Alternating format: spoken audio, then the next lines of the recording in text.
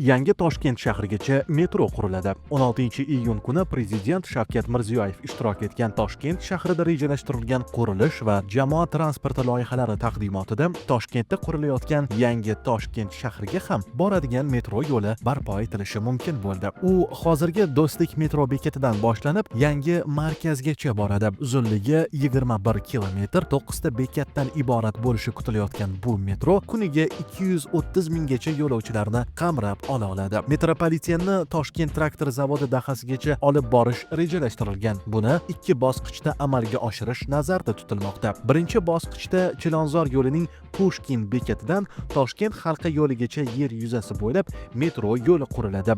Ikkinchi bosqichda u yerdan Toshkent traktor zavodi dahasining Shoh bekatigacha yer osti yo'li barpo etiladi. Shuningdek, transportlar harakatiga qulaylik yaratish maqsadida mazkur temir yo'lni Toshkent halqa yo'li ostidan o'tkazish nazarda tutilmoqda. Yer osti yo'nalishi ham ko'chadagi harakatni to'xtatmagan holda quriladi. Bu yangi metro yo'li 85 ming yo'lovchini qamrab olishi kutilmoqda. Bu xabarni metroda yuradigan tanishlaringizga yuboring hamda kanalga obuna bo'ling.